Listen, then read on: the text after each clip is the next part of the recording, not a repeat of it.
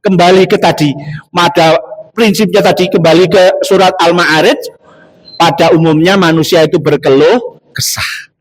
Jika mendapat kesusahan mengeluh, jika mendapat nikmat lupa, kikir. Tadi yang di awal saya ceritakan itu. Ada Sa'labah, ada Korun, ada umatnya Nabi Musa, ya. Ya ketika tapi lupa, itu pada hakikatnya begitu. Illal musallin, kecuali orang-orang yang melaksanakan sholat. Nah ini, melaksanakan sholat yang bagaimana? Tadi diantaranya itu, maka kalau dibaca ayat berikutnya, alladzina hum ala sholatihim daimun. Ini ayat yang keberapa itu, Bapak Ibu? Ya. Maka harusnya orang yang melakukan sholat itu tidak memiliki apa? Sifat gundah gulana. Ya, ketika diuji ya tetap fight kan itu. Ketika mendapat nikmat itu jangan terus jumawa, nggih mboten. Nah ini, maka di situ ilal musallin, kecuali orang-orang yang selalu melaksanakan sholat. Maka kalau kita sudah bisa melaksanakan sholat sesuai yang dicontohkan oleh Rasulullah secara kaifiyah, ya, tata caranya, karena memang solu kama ro'aitu muni usolli, kan begitu, ya. Maka sholatnya itu yang bagaimana? Alladzina hum ala sholatihim daimun. Daimun itu apa?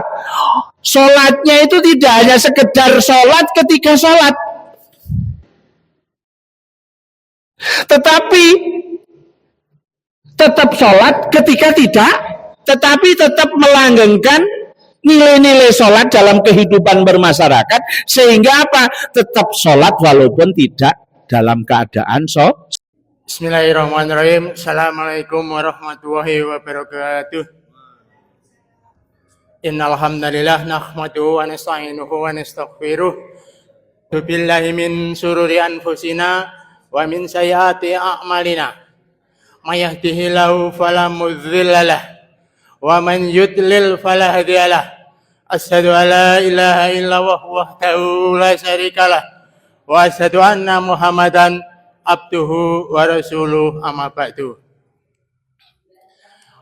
Wonten ngarsanipun Ustadz Ramadan ingkang satu kinurmatan, wonten ngarsanipun sepuh para sisbini sepuh ingkang satu kinabekten, wonten ngarsanipun bapak-bapak, ibu-ibu, jamaah pengawasan Ahad Enjang rahimakumullah, kanthi tansah muji syukur wonten ngarsa dalem Allah Subhanahu wa taala ingkang sampun hangayomi lampah panjenengan dalasan kula satemah saged kempal manunggal wonten ing majelis punika kanthi winantu wonten ing Karaharjan. Bapak jamaah rahimakumullah, adicara pangasan wonten ing enjang menika,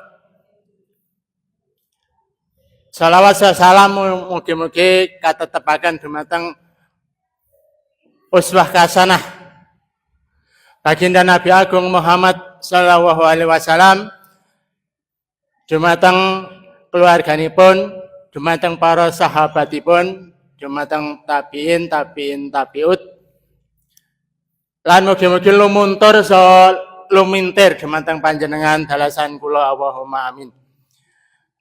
Bapak, Ibu, pengawasan Ahad Enjang rahimakumullah, adicara pengawasan wonten ing enjang punika ingkang sepindah pengawasan ingkang angka kalih, sesi tanya jawab ingkang angka 3 penutup. Semoga murwakani adicara pengawasan wonten ing enjang menika kita buka kanthi wawasan basmalah sesarengan. Bismillahirrahmanirrahim. Adicara ingkang salajengipun pengawasan katur panjenenganipun Ustadz Ramadan, wekdal sa panggenan kaaturaken sumangga. Bismillahirrahmanirrahim. Assalamualaikum warahmatullahi wabarakatuh.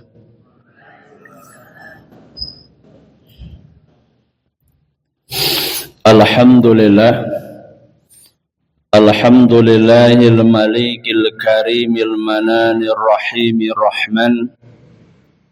Ahmaduhu subhanahu wa ta'ala hamdan yadumu ala dawam wa ashkuruhu ala al-khairi wal in'am wa atubu ilaihi minadh dhunubi wal atham.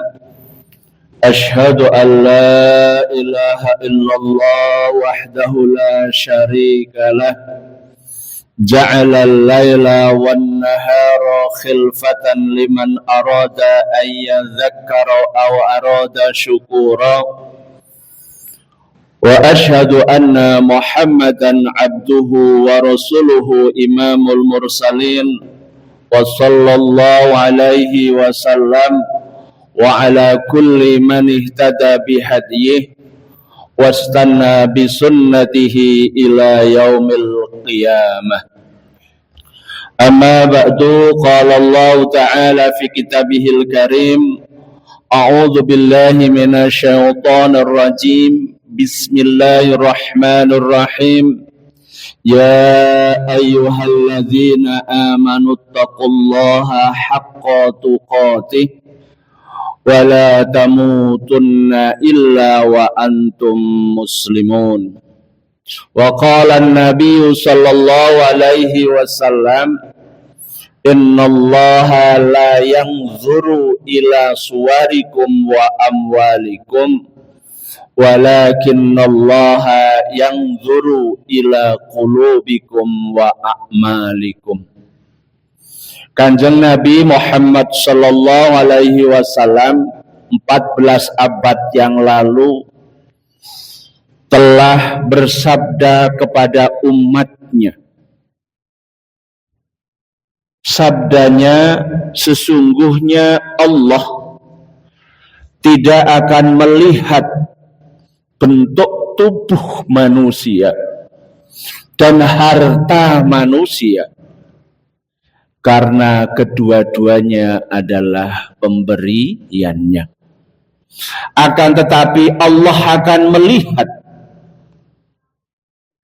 iman dan amal perbuatan manusia, karena atas iradahnya Allah telah memberikan sebagian kecil dari iradahnya, dan dengan iradahnya yang kecil itu Allah berikan kepada manusia sehingga manusia bisa menentukan perilakunya.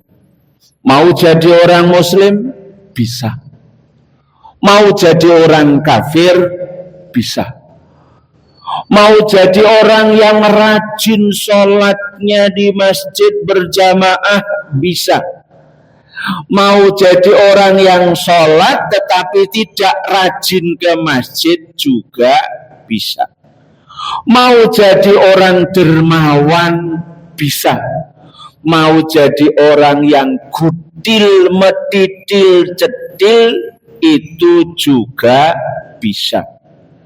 Mau pengajian seperti ini main HP juga bisa.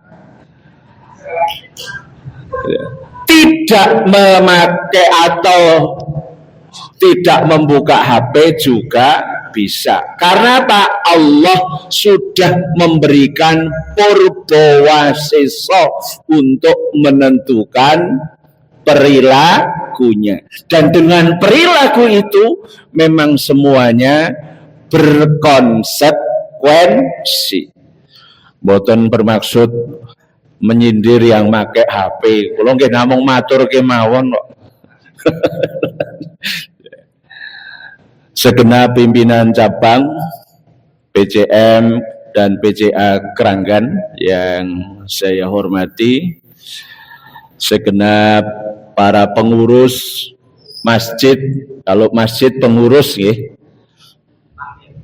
Ayo, pengurus takmir masjid.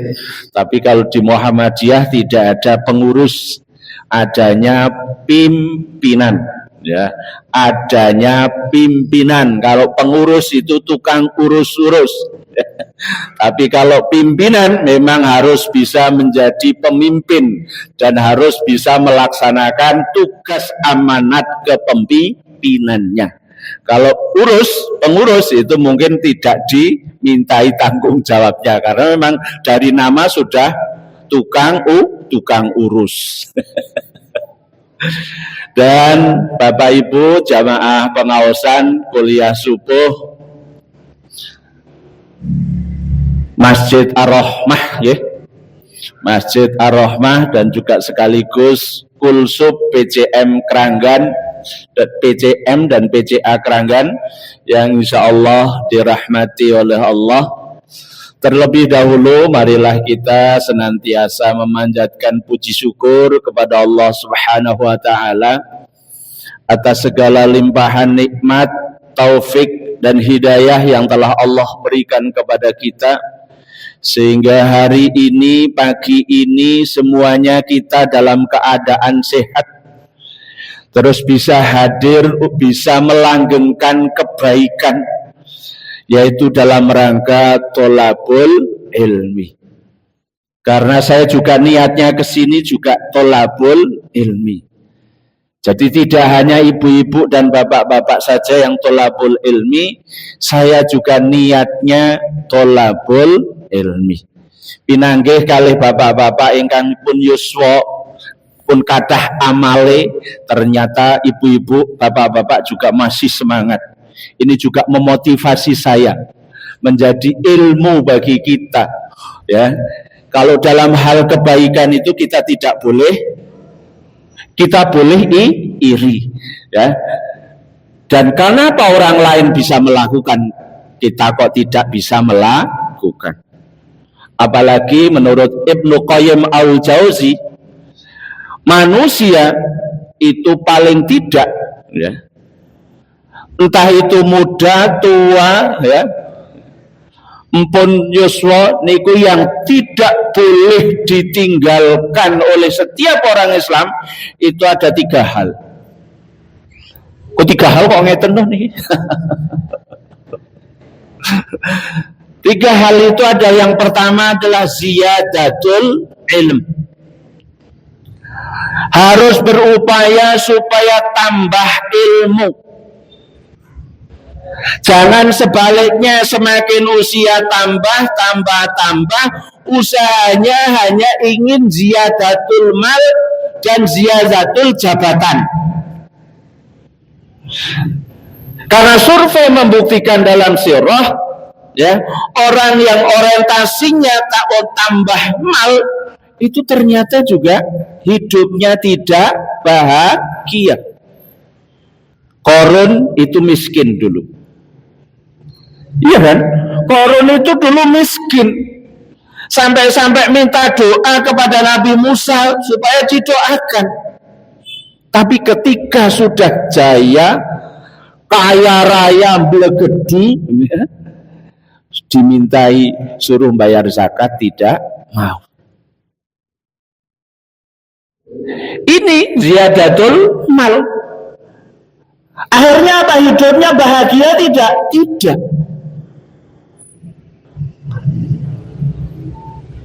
Sejarah membuktikan yang lain siapa? Sa'labah. Nggih. Sa'labah niku riyen niku taate kaya napa? Nggih. Taate, salatnya rajin di masjid berjamaah itu ya. Dengan saya mesti menang Pak Sa'labah. Karena apa? Ternyata mesti datangnya awal. Tetapi apa Sa'labah itu? Nek wangsul paling dhisik. Mat kolam blas, komat salam terus bablasan. Lah ternyata di dalam sirah disebutkan kenapa Sa'labah seperti itu? Didangu dening Rasul.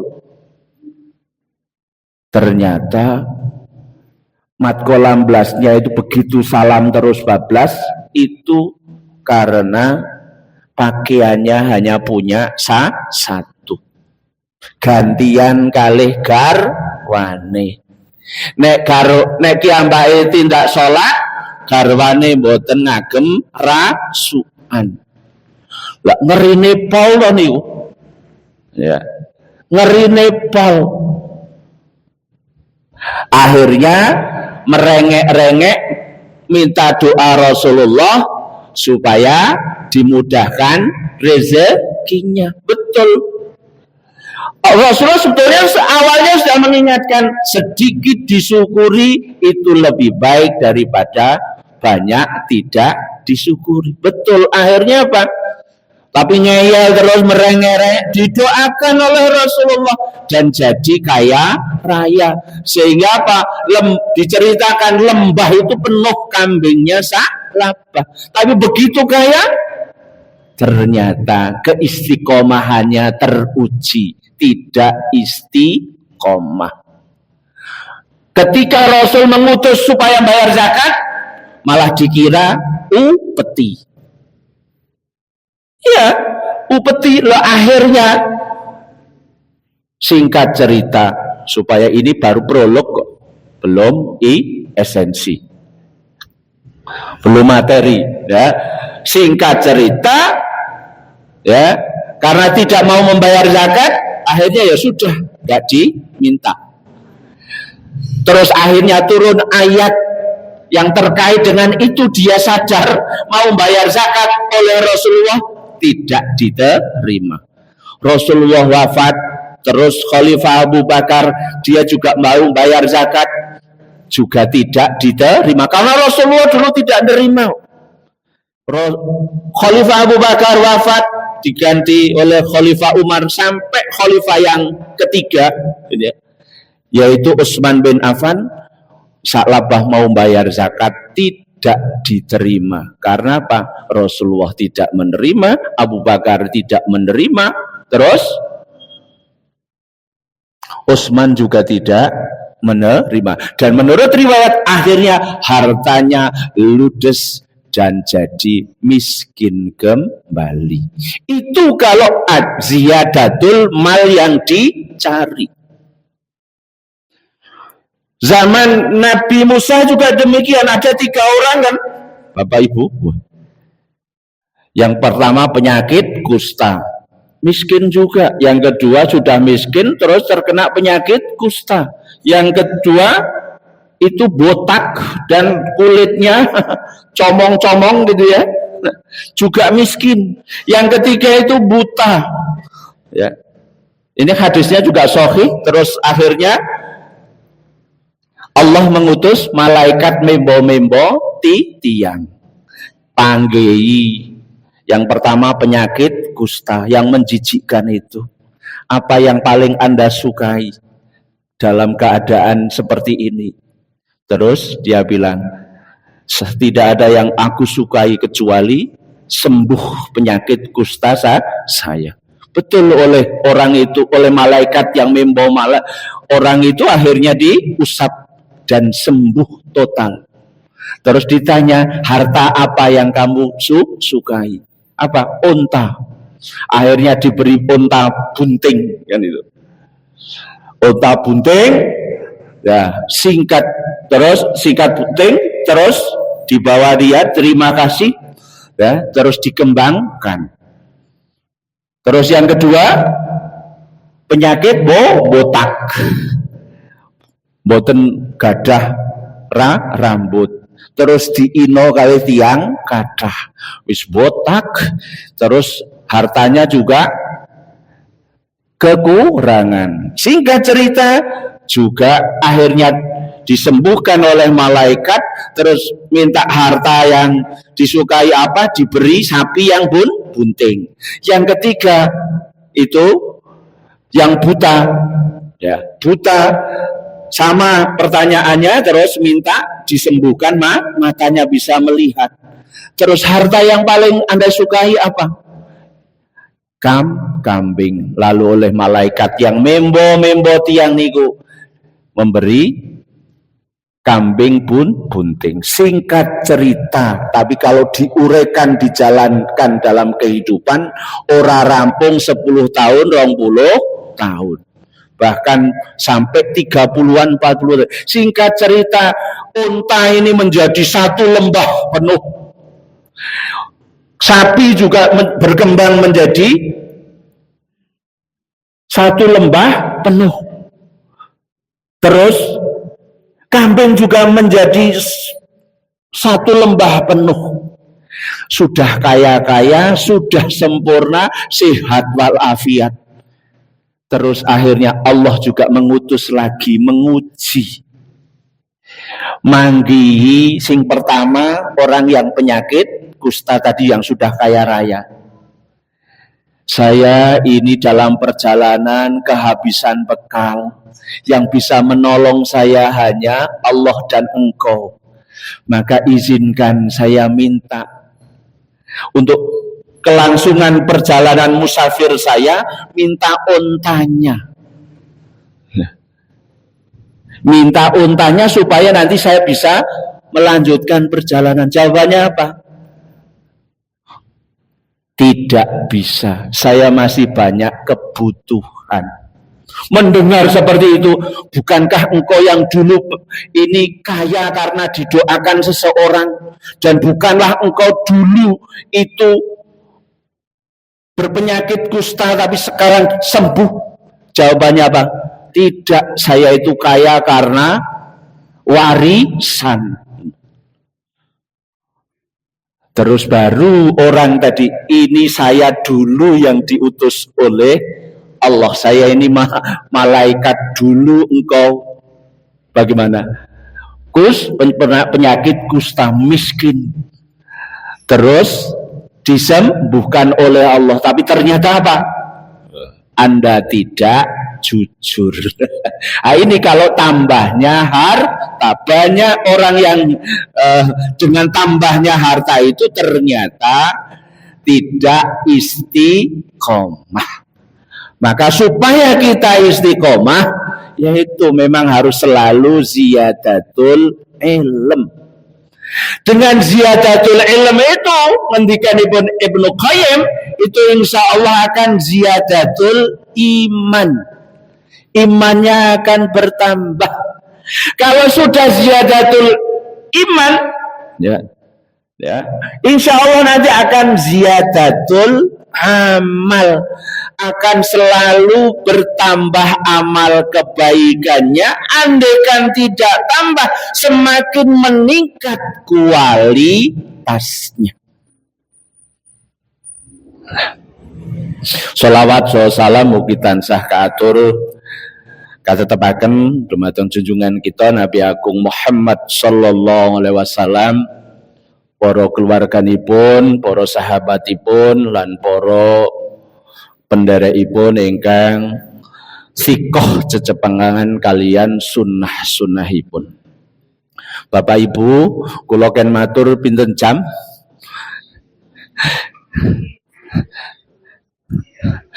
Nek dugi 7:30 pun warning kalih Pak PCM wau, wong mangkih wonten pengaosan pimpinan, kebetulan gilirannya di Kedu. Ya, kali Pak Ilhadi nih pun di warning. Terus mboten usah suwi-suwi. Sebab kalau pelajaran itu menurut teori yang masuk itu katanya ya 20%. Nek ngaos pripun kinten-kinten. Nah. Ya. Kalau dalam diri kita insya Allah itu teori, tapi insya Allah bisa 100%. Syaratnya apa? Cinta ilmu. Gemar belajar, cinta ilmu. Itu insya Allah ya, insya Allah akan ya 100%. Tema yang diminta oleh panitia Kulsub itu temanya adalah Isra Mi'raj menjadi inspirasi peningkatan kualitas sholat. Isra, temanya apa Pak, Ibu-ibu? inspirasi peningkatan kualitas sholat kita. Ada Isra Mi'raj, di situ juga ada sholat. Karena memang ternyata ya, sholat dengan Isra Mi'raj tidak bisa dipisahkan. Dan berbicara tentang Isra Mi'raj itu memang merupakan peristiwa yang sangat-sangat luar biasa. Sangat-sangat luar biasa. Karena apa? Apalagi kalau kita tinjau ketika zaman itu teknologi belum berkembang, sains juga belum, maka orang akan mengatakan Muhammad gila. Muhammad gila. Kenapa dikatakan gila? Dan itu memang di sejarah begitu. Abu Lahab, Abu Jahal itu ketika Rasulullah bercerita bahwa tadi malam saya melakukan perjalanan dari Masjidil Haram menuju Masjidil Aqsa, ya, maka begitu mendengar seperti itu, Abu Jahal gila loh. Karena apa? Menurut kacamata dia, antara Mekah dengan Palestina itu, kalau ditempuh perjalanannya, itu memakan, kalau naik onta itu 1 bulan. 1 bulan. Haiki kok mau ora ana semalam, sepertiga malam, ora gendeng kuwi. Maka ketika ketemu dengan Abu Bakar juga, saya dulu mengatakan gila, dan ketika engkau mengatakan tetap beriman, saya tidak bisa ngasih argumen. Tetapi sekarang jelas argumennya kuat. Pernahkah engkau wahai Abu Bakar pergi dari Masjidil Haram ke Masjidil Aqsa? Sudah. Berapa jarak ke sana? Waktu dan berapa kilo? Ya sekitar 1 bulan. Kalau Rasulullah Nabi Muhammad mengatakan begitu, apakah engkau masih tetap menyatakan beriman? Bagaimana jawabannya Abu Bakar? Kalau Rasulullah yang menyampaikan, maka saya yakin seyakin-yakinnya bahwa itu benar. Singkat cerita, Abu Bakar terus dipukuli itu Pak. Dipukuli oleh orang-orang kafir di sekitar Ka'bah, terus akhirnya dibawa pulang. Itu karena apa? Pandangan mereka itu irasional, ya, pakai rasional. Tapi ini yang perlu diingat, itu yang menjalankan adalah Allah. Rasulullah tinggal menjalani. Nggih mboten? Allah itu menciptakan langit, bumi, dan seisinya aja kecil, apalagi kalau hanya sekedar menjalankan Rasulullah dari Masjidil Haram menuju Masjidil Aqsa, sangat-sangat kecil. Logika kita umpamanya, saya tadi berangkat dari Menggoro bawa cas ini gitu ya, terus kebetulan semut itu ada di sini. Nah, begitu selesai, terus saya pulang ke Menggoro lagi. Terus semut ini keluar, terus cerita, wahai semut-semut teman-temanku, saya tadi sudah melakukan perjalanan yang sangat jauh. Ya, tidak hanya 1 jam, 2 jam dari Menggoro sampai ke sini. Kira-kira semut yang lain percaya tidak? Kalau semut itu jalan sendiri, tidak percaya. Ya, tapi kalau semutnya itu ada yang menjalankan, gitu ya, ya harus kita percayai. Ya, nah, itulah. Maka kita melihat Isra Mi'raj itu harus yakin seyakin-yakinnya. Dan hikmahnya itu kalau kita lihat, ya Allah, sebelum ke sholat ini, ya, itu juga hikmahnya banyak. Salah satunya apa? Hiburan bagi Rasul. Karena Bapak Ibu, kalau kita cermati, Rasulullah itu menjelang di Isra Mi'rajkan oleh Allah itu banyak peristiwa yang cukup menyusahkan. Apa itu? Yang pertama adalah Rasulullah dan sahabat yang masuk Islam itu dibaikot. Ngeri sekali itu. Dibaikot, Bapak Ibu kalau baca sejarah, paling tidak dibaikot 3 tahun. Umat Islam tidak boleh bergaul, bertransaksi ekonomi, jual beli, menikah dengan kabilah lain.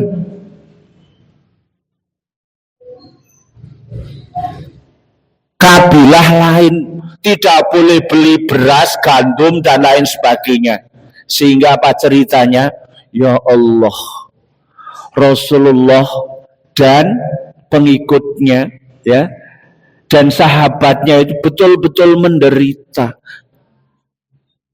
3 tahun sampai akhirnya itu pembaikotannya itu kertasnya yang di Ka'bah itu sampai akhirnya rusak. Dengan rusaknya terus akhirnya pembaikotannya selesai. Tidak boleh nikah dengan orang, tidak boleh bermasyarakat. Sampai diceritakan itu ada sahabatnya yang nemu itu apa kulit sapi atau kulit unta itu, ya, itu terus akhirnya dicuci, dimasak, makan daun-daunan. Ya Allah, ngeri banget.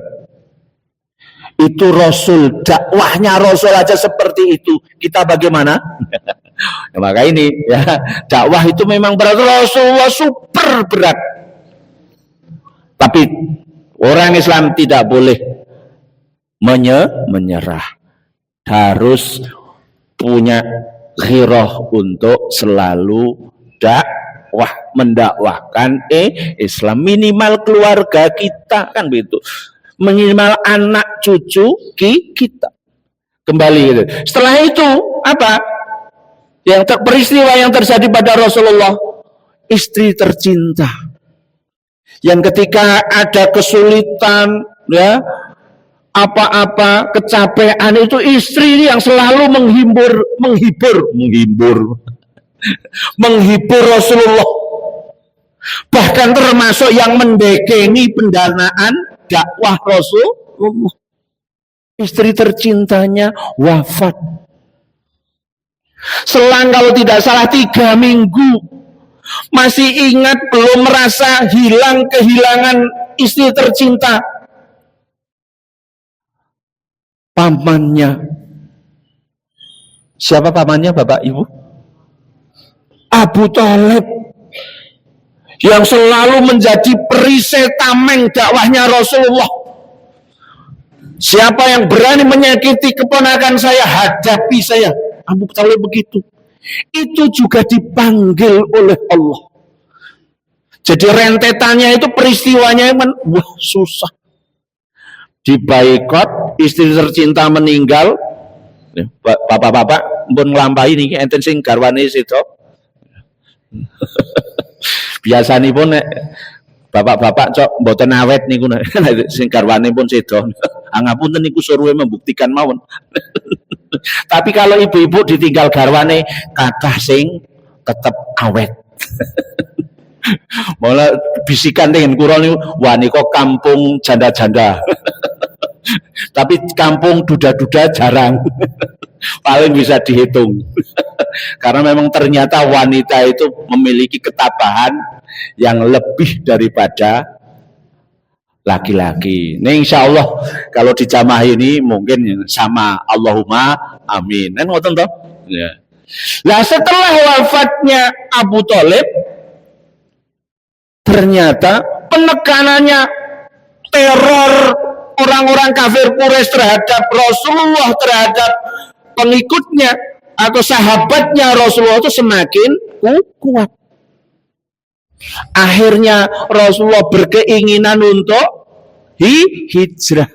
Hijrahnya aja yang dipilih adalah ke Thaif. Ke Thaif itu di mana, jaraknya berapa? Buka make. Ya.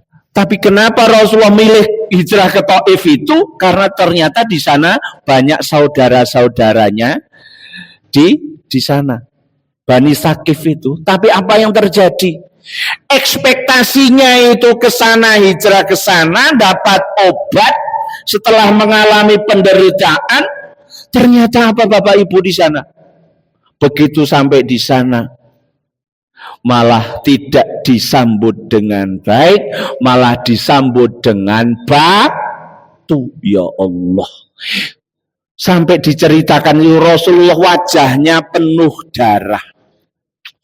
Melihat seperti itu malaikat Jibril berang. Sopo sing wani-wani menyakiti ya orang yang saya cintai, maka saya remuk redamkan. Izinkan wahai Nabi, gunung itu akan saya angkat. Terus tak blegage. Tapi Rasulullah bagaimana? Jangan wahai malaikat Jibril. Mereka begitu karena mereka tidak tahu. Dan mudah-mudahan suatu saat banyak anak keturunannya yang masuk Islam. Ini peristiwa sebelum Isra Mi'raj. Ya. Ini juga mengingatkan kepada kita. Ya. Pada kita ini, jadi ketika kita berdakwah itu memang ada tantangan. Ketika ada tantangan, itu ya jangan terus patah semangat. Itulah memang apa? Ya. Duri-duri dakwah itu memang selalu ada, dan nanti duri-duri ini yang nanti akan menjadi apa? Nikmat-nikmat kita di akhirat. Maka monggo, walaupun kita itu minoritas di sini, saya berharap insya Allah kalau kita tetap semangat, selalu evaluasi bagaimana dakwah kita, ya, tidak mengenal lelah, insya Allah hasilnya akan ada. Ya, hasilnya akan ada. Minimal kalau tidak ada hasil dari sisi kuantitas, insya Allah itu semua amal kita akan membawa peningkatan kita kepada Mi'raj. Yo. Ini pada Mi'raj itu apa toh? Diangkat derajatnya oleh Allah. Nah, itu sedikit hikmah dari kronologi dari Isra Mi'raj. Nah, terkait selanjutnya memang tadi sudah disampaikan bahwa berbicara soal Isra Mi'raj itu tidak bisa dilepaskan dengan sholat. Karena apa? Sholat itu memang satu perintah dari Allah yang luar biasa, ya. Kalau yang lain itu ada di ayat-ayat hanya, ya, di ayat-ayat atau hadis, tetapi kalau perintah Allah yang ini memang perintahnya aja luar biasa. Apa luar biasa? Karena Allah memanggil Nabi Muhammad ke Sidratul Muntaha. Kalau Isra itu perjalanan Nabi di malam hari dari Masjidil Haram menuju Masjidil Aqsa, tapi kalau Mi'raj itu memang dari Masjidil Aqsa ke langit 7. Ya. Langit 7, bapak-bapak, ibu-ibu, nate nitih pesawat. Kira-kira pun dugi langit pinten niku? Padahal kita tuh mau ngamalkan satu ayat saja. Coba, alam tarau, apakah kamu tidak memperhatikan kaifa khalaqallah, bagaimana Allah menciptakan sab'a samawatin tibaqo. Allah menciptakan langit tingkat berlapis 7. Ya Allah. Kapan kita ke sana? Baru satu langit saja kita belum bisa. Nah, itu satu ayat. Nah, Allah memanggil melalui Mi'rajnya ini, ya.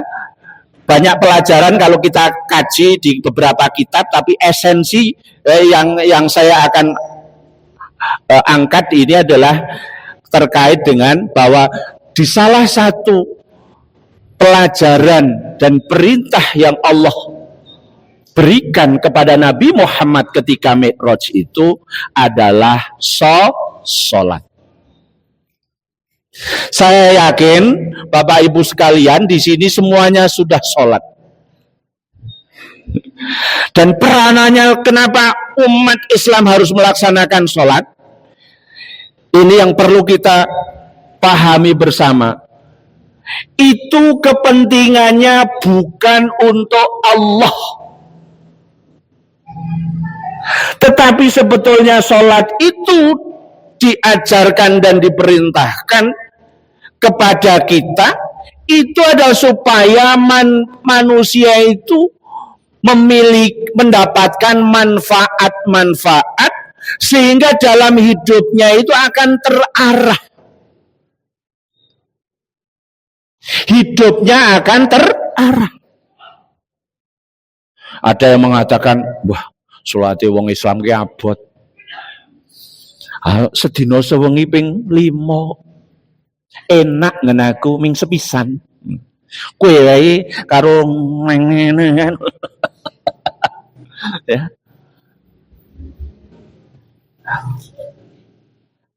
Enak. Itu karena memang dia belum tahu ilmunya. Allah itu memerintahkan kita untuk melaksanakan sholat itu, ya, itu adalah ini. Itu karena nilai-nilai sholat itu, kalau umat Islam itu melaksanakan sholat dengan baik, insya Allah hidupnya akan tentram, akan sakinah. Kalau sudah sakinah, insya Allah akan bahagia.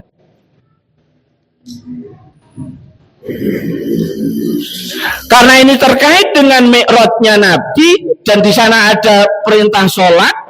Jadi saya ulang, sholat itu adalah bukan untuk kepentingan Allah, tetapi kepentingan manusia. Karena ada hadis qudsi, seandainya manusia pertama sampai terakhir, jin yang pertama sampai terakhir, itu kok bertakwa, setakwa-takwanya orang yang paling takwa di antara kalian, maka ngendikanipun Allah di dalam hadis qudsi apa? Mazada fi mulki syai'an. Ora nambah sithik wae dalam kekuasaanku. Jadi tidak menambah. Ya, Allah itu maha segala-galanya. Andaikan manusia tidak sholat itu maha segala-galanya. Sebaliknya, andaikan, bukan sebaliknya, dan selanjutnya di dalam hadis qudsi, seandainya manusia pertama sampai terakhir, jin yang pertama sampai jin terakhir, itu kok seingkar-ingkarnya orang yang paling ingkar di antara kalian, ngendikanipun Allah di dalam hadis qudsi, mana kosoh, ya, min mulki syai'an, orang ngurangi sithik wae dalam kekuasaanku. Itu ngendikanipun Allah. Tetapi apa? Jika orang itu mengamalkan amal kebaikan termasuk sholat, ya, itu akan kami catat dan akan kami beri balasan dengan balasan yang lebih. Maka barang siapa yang mendapatkan kebaikan besok di hadapan Allah, maka falyahmadillah, maka memujilah kepada Allah. Dan jika mendapatkan sesuatu yang tidak baik, jangan menyalahkan orang lain, salahkanlah dirimu sendiri. Karena apa? Itu semuanya adalah amalmu, kan begitu. Jadi sebetulnya kalau dilihat dari sini, maka sholat itu akan tidak menjadi beban. Ya. Maka supaya kita lebih tajam, karena kebetulan Mi'raj, ketika membahas Mi'raj itu ada di dalam surat Al-Quran juga Al-Ma'arij. Bu, Bapak, Al-Ma'arij surat berapa? Surat yang keberapa? Juz berapa? Ya, juz berapa? 29, betul, juz 29. Suratnya surat yang keberapa? Surat yang keberapa? Buka HP ya sekarang. Buka HP ini, hati-hati, HP itu banyak yang mendorong masuk surga, tapi banyak yang mendorong masuk neraka, kan itu. Ya. Surat yang ke-70. Di sana dijelaskan Al-Ma'arij itu kan Mi'raj. Mi'raj itu tempat yang naik. Supaya kualitas diri kita, ya, strata sosialnya naik, memang harus perlu ngoncei, termasuk terkait dengan sholat kita itu ngonceinya itu pakai surat Al-Ma'arij. Coba kita lihat kalau dibuka di dalam surat Al-Ma'arij itu ayat 19.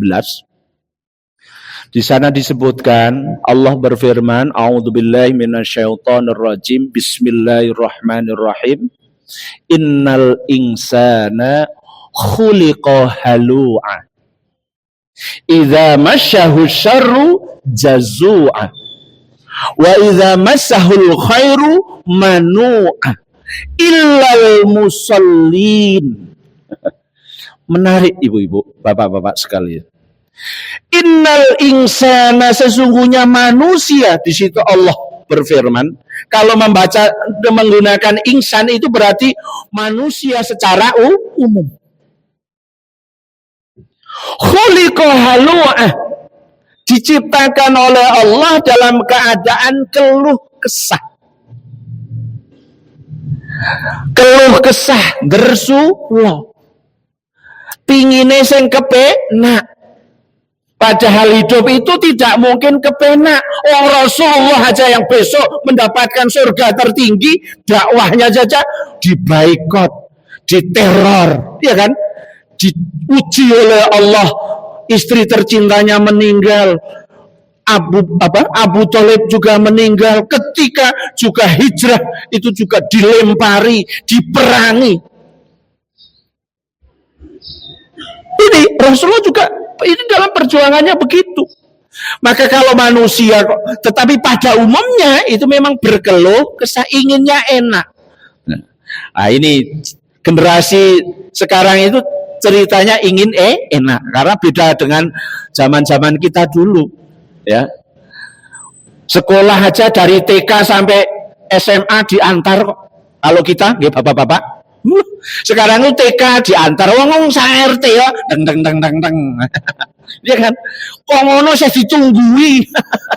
Nanti deng deng deng deng jam pulangnya, ya kan? Nah, menurut cerita, menurut ini survei dunia, negara yang paling malas jalan kaki itu mana? Orang Indonesia. Ya, negara-negara maju itu mesti tetap menghidupkan jalan kaki. Lah kita itu melatih anak kita itu jadi enak terus kok. Ya nek SD sudah berangkat disupport, nanti berangkat sendiri, pulang sendiri, itu loh.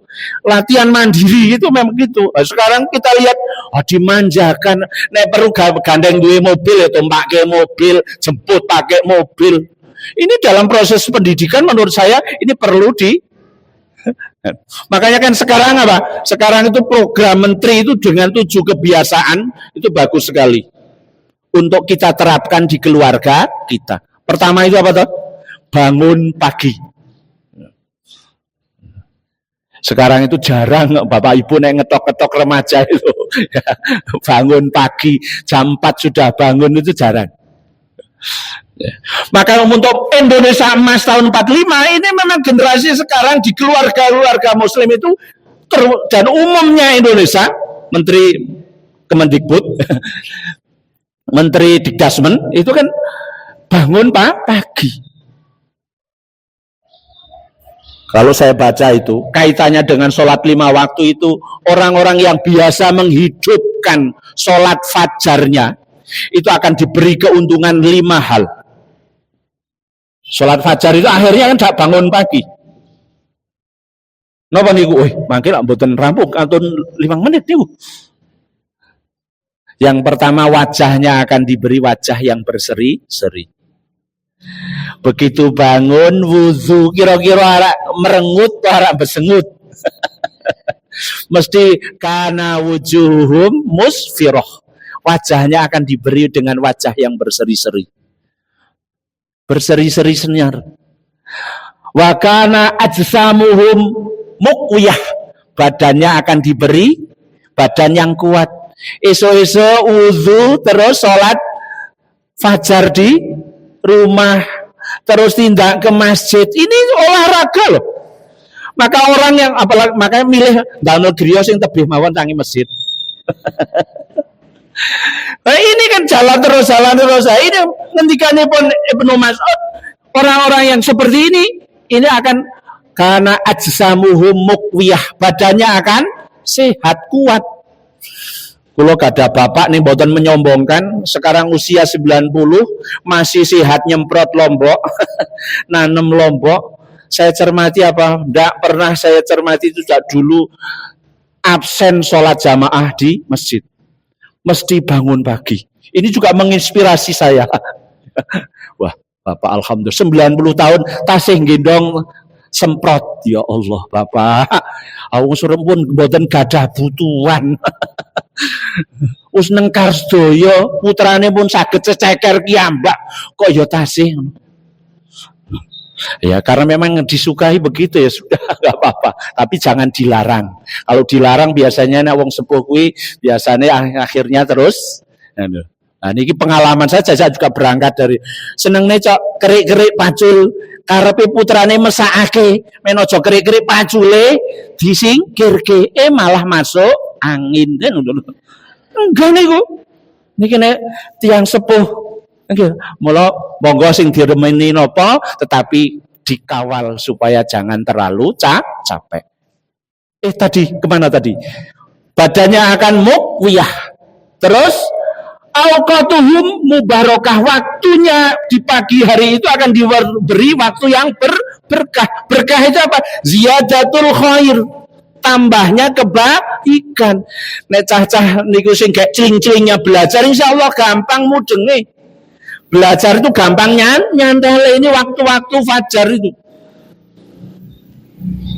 Apalagi tiang ingkang sampun yuswa insyaallah mubarakah. Pemenang sing nyambut damel adoh kok krinan wae bingung. Ala nyetekake kompor keliru nyetekake napa niku. Allah pun masak nasi kayane wis dieling-eling wis dijeglekake uripake begitu mendekati jam ditengok ya Allah burung itu karena apa? Krina neng sekali-kali ndak apa-apa ya kan nenek bandino ya itu namanya tidak mubarokah. Baru 3 padahal ada 6.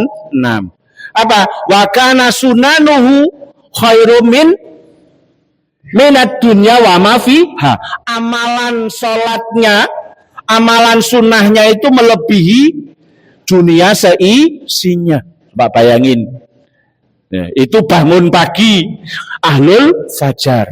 Terus yang kelima itu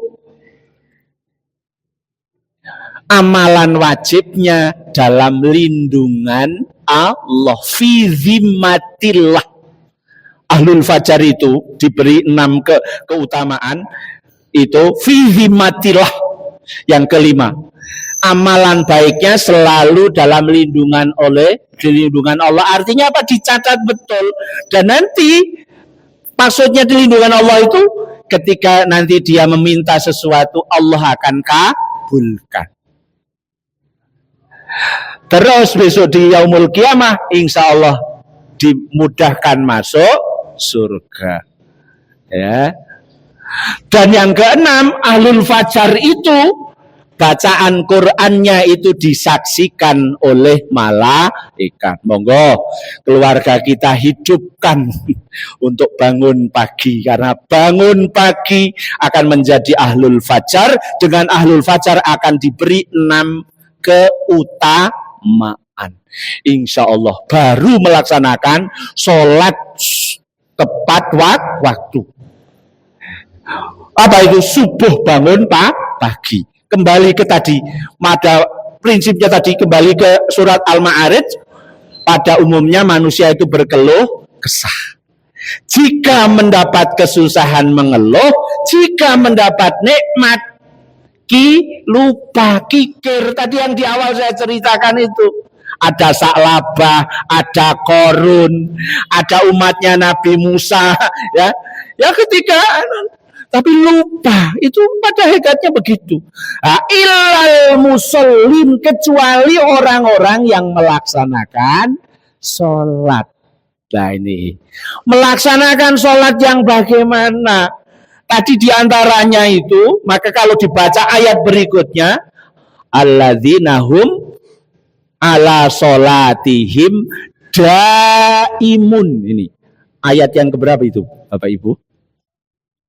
Ya.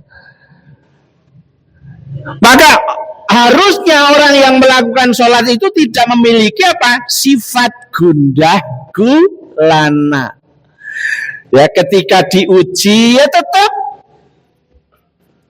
fight kan itu. Ketika mendapat nikmat itu jangan terus jumawa. Nggih mboten? Nah ini. Maka di situ ilal musallin, kecuali orang-orang yang selalu melaksanakan sholat. Maka kalau kita sudah bisa melaksanakan sholat sesuai yang dicontohkan oleh Rasulullah secara kaifiyah, ya, tata caranya, karena memang harus solu kama ro'aitu muni usolli, kan begitu, ya. Maka sholatnya itu yang bagaimana? Alladzina hum ala sholatihim daimun. Daimun itu apa? Sholatnya itu tidak hanya sekedar sholat ketika sholat, tetapi tetap sholat ketika tidak, tetapi tetap melanggengkan nilai-nilai sholat dalam kehidupan bermasyarakat, sehingga apa? Tetap sholat walaupun tidak dalam keadaan sholat. Maka kalau ada bacaan di truk itu, sholat itu penting, bukan yang penting sholat. Kan itu loh.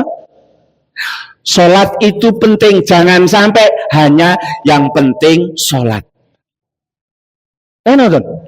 Sholat itu memang penting, tetapi jangan yang penting sholat. Maka sholatnya jangan hanya formalitas. Nah, supaya sholat kita tidak formalitas, mari kita pelajari, kita laksanakan bagaimana sholat itu betul-betul, ya, menjadi wahana kita dekat kepada Allah. Kalau ketika sholat sudah dekat, insya Allah ketika tidak sholat akan dekat. Tapi kalau sebaliknya ketika sholat aja nggak deket, apa meneh orang sholat? Dalam keadaan deket kah? Nggak mungkin. Maka mari, ya, kaitannya dengan sholat ini, ya, di HPT sudah jelaskan, saya tidak akan menjelaskan kaifiyahnya, tapi yang jelas, ya, mari sholat itu kita terapkan, ya, tidak hanya ketika kita sholat. Maka di situ alladzina hum ala sholatihim daimun, di surat Al-Ma'arij itu ada dua ayat, alladzina hum ala sholatihim daimun dan alladzina hum ala sholatihim yuhafizun. Daimun sama yuhafizun itu mirip. Ya. Miripnya di mana? Jadi tidak hanya waktunya melaksanakan sholat secara tertib, ya, tidak pernah meninggalkan sholat. Karena kalau meninggalkan sholat, ya, seminggu sholat, seminggu boten, nah, itu namanya tidak dawaim. Dawaim itu ya terus menerus. Maka batas orang kafir dan muslim itu kalau meninggalkan sholat. Maka ini termasuk tidak mendawamkan. Yang namanya mendawamkan itu mengabadikan Sholat itu memang ya sholat ketika sholat dan sholat ketika tidak sholat sekali lagi. Nah, maksudnya sholat ketika tidak sholat itu bagaimana? Kita bisa menerjemahkan nilai-nilai sholat itu dalam kehidupan bermasyarakat.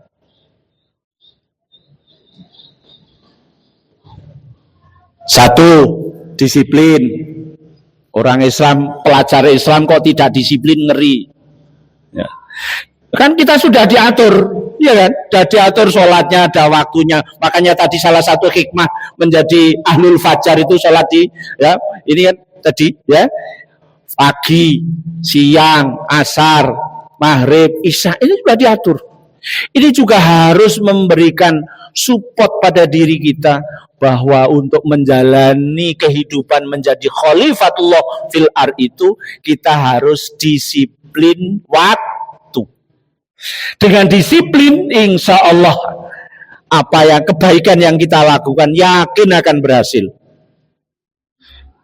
Thomas Jane Stanley tahun 2017 itu mengadakan penelitian, ada 1.000 orang jutawan di Amerika. Diteliti apa sing nyebabke mereka orang 1.000 ini kok sukses.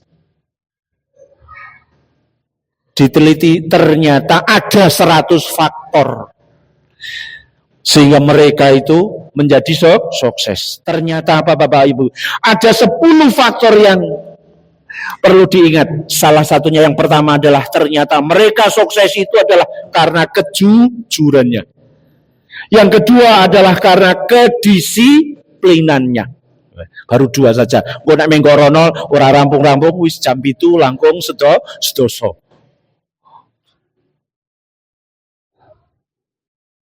Dukipun diwau. Itu baru disiplin. Insya Allah makanya kalau sholat itu memang kenapa di awal waktu itu yang utama itu memang mengharapkan kita memang melakukan harusnya kegiatan apapun memang tepat waktu. Saya juga kadang-kadang iri di luar negeri, katanya kalau di luar negeri umpamanya ada rapat kurang 5 menit itu memang belum dibuka pintunya. Begitu tit langsung dibuka dan mulai. Kita molor. Kalau molor dalam kegiatan apapun ini berarti belum mengambil hikmah, nilai-nilai sholat yang diterapkan oleh Allah dan Rasulnya belum dijiwai di kaum muslimin. Makanya wajar kalau orang Islam itu kalah dengan negara maju. Kenapa? Ya seperti itu, tidak melaksanakan ajaran Islam dengan benar. Wong Iqra mawon, kita kan wahyu yang pertama Iqra itu kan suruh membaca. Ning ngai wong Indonesia urung Iqra. Baru memindah tulisan ke mulut. Gitu. Alhamdulillahirabbil alamin. Ini kan memindah tulisan ke mulut, belum dibaca. Kalau dibaca itu sampai dihayati dan dilaksanakan. Itu Iqra. Makanya kan dokternya Indonesia dengan dokternya Bangladesh kemarin informasi kalah atau dengan Vietnam itu. Ini juga waduh, orang Islam itu harus pinter. Allah aja sudah menurunkan wahyu yang pertama Iqra. Ternyata baru ribut masih memindah tulisan ke sini ya. Belum penjabaran esensinya. Nah ini. Terus tadi apa? Tadi disiplin itu, monggo ini. Mari di rumah kita jangan kayak militer. Disiplin memang disiplin, tapi jangan kayak militer. Lah anak kita, cucu kita supaya senang dengan masjid, karena apa yang namanya Isra itu kan dari masjid ke masjid, bukan dari tempat wisata ke tempat wisata. Kan gitu. Nah, itu mari kita ajak anak-anak kita supaya cinta ke masjid. Ya, supaya dengan masjid itu juga kenal-kenal, orang yang kenal-kenal banget. Karena memang anak sekarang itu cenderung apa? Kalau bapak-bapak niki zamane kula kalau bapak-bapak niki apa? Senangnya berkomunitas. Tapi kalau sekarang Anak-anak sekarang generasi apa tuh? Itu malah senang hidup menyendiri. Karena apa? Ada ini. Maka kalau konsepnya 7 kebiasaan Pak Menteri itu dipraktekkan bagus sekali. Mari kita upayakan. Karena apa? Yang pertama bangun pagi mengulang supaya tuh kayak yang pertama bangun pagi. Terus beribadah, luar biasa, beribadah, insya Allah Indonesia emas ke depan. Setelah itu olahraga, setelah itu gemar dan senang belajar, makan bergizi, hidup bermasyarakat, tidur cepat. Ini lucu. Ini kalau generasi kita, mari diterapkan dalam kehidupan kita, insya Allah Indonesia akan emas. Dan jangan lupa menerapkan nilai-nilai sholat. Nah, jangan hanya sekedar sholat, tetapi mari nilai-nilai sholat itu kita terapkan. Ya, 1 disiplin tadi, karena sudah lebih 7/4. Wah, ini bid'ah ya. Bid'ah waktu jalan. Yang kedua itu selalu tawadhu. Ketiga selalu ikhlas. Keempat apa? Peduli kepada orang lain. Kenapa tuh? Sholat kok assalamualaikum noleh ke kanan, noleh ke kiri. Itu bukan berarti sepi dari tujuan. Ya, sepi dari tujuan. Kenapa ketika kita sholat kok assalamualaikum warahmatullahi wabarakatuh? Itu mendoakan teman-teman kita supaya selamat, mendapat keberkahan dan dirahmati oleh Allah. Kiri juga demikian. Nah itu kita terapkan, orang Islam itu tidak boleh egois. Maka setelah alladzina hum ala sholatihim daimun waladzina fi amwalihim hakum maklum, punya kepedulian sosial. Ya. Punya kepedulian sosial, zakatnya, infaknya harus ini.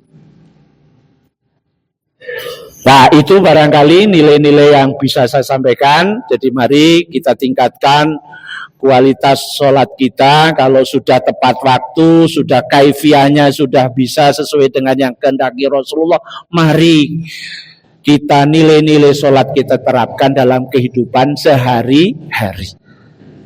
Sehingga nanti insya Allah kita bisa sholat ketika kita tidak sholat. Di pasar kita bisa menerapkan nilai-nilai sholat. Di tempat kerja kita ya juga bisa menerapkan nilai-nilai sholat. Insya Allah dengan demikian kita bisa mi'raj sesuai di dalam surat Al-Ma'arij, yaitu kita akan terangkat derajatnya. Allahumma amin. Mekaten lan semanten ingkang saged kula aturaken, jika ada jarum yang patah tolong jangan disimpan sampai berkarat. Jika ada kata yang salah tolong maafkan dunia akhirat. Jika ada jarum yang patah jangan dibuang ke bukit. Jika ada kata yang salah tolong jangan diungkit-ungkit. Jika ada jarum yang patah jangan disimpan di peti besi. Jika ada kata yang salah jangan dilaporkan sama Pak Polisi. Kusangka terbit bulan purnama, ternyata bintang tak muncul juga. Jika ada lain waktu kita bisa berjumpa dan mudah-mudahan Allah meridhoi kita. Jika ada sumur di ladang itu tanda petani kurang kerjaan. Jika ada waktu bolehlah kita bertemu di lain kesempatan. Jika ada sumur di ladang bolehlah kita berjumpa lagi. Tapi jika tidak ada sumur di ladang jangan sampai Bapak Ibu tidak mandi. Burung Irian, burung cendrawasih, cukup sekian dan terima kasih. Assalamualaikum warahmatullahi wabarakatuh.